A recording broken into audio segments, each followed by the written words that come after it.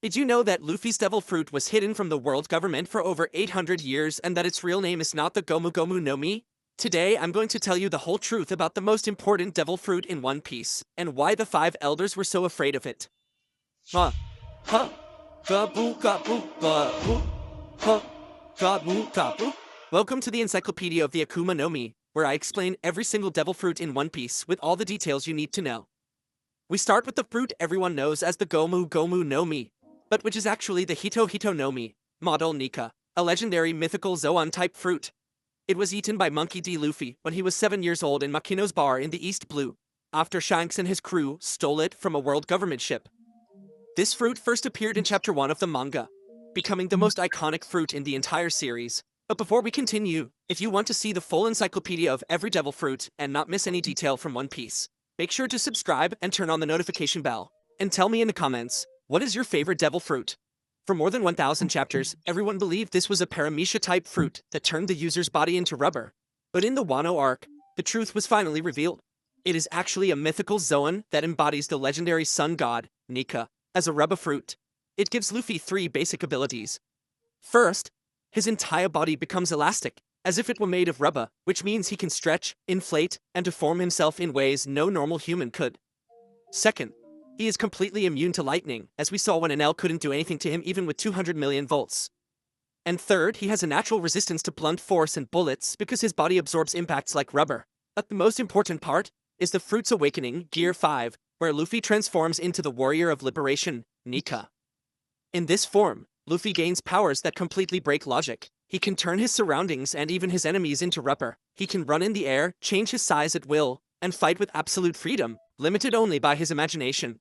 Throughout the series, Luffy has developed a massive arsenal of techniques using this fruit. Let's go through the most important ones, organized by gear.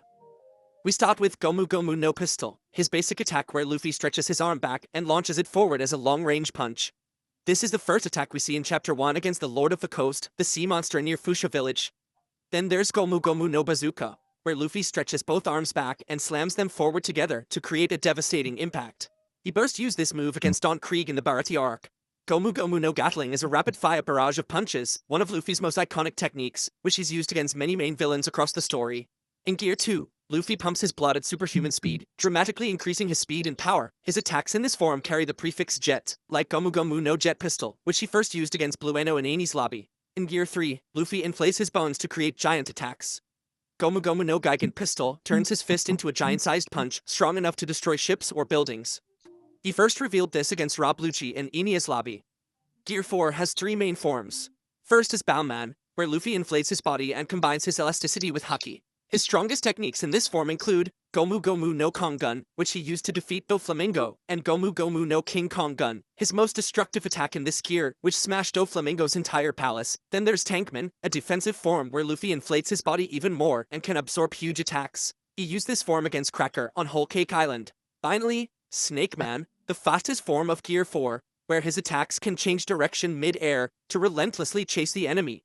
Gomu Gomu no Black Mamba and Gomu Gomu no King Cobra are his final techniques in this form, which he used against Katakuri.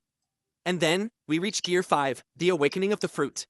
Here, Luffy can literally do whatever he wants. He can grab lightning and use it as a weapon, turn the ground into rubber to bounce attacks, inflate himself to the size of a giant like we saw against Kaido, and even make his opponent's bodies rubbery temporarily. It's like he's fighting inside a living cartoon, where the laws of physics bend to his imagination. Speaking of all these techniques, tell me in the comments, which gear is your favorite, and why?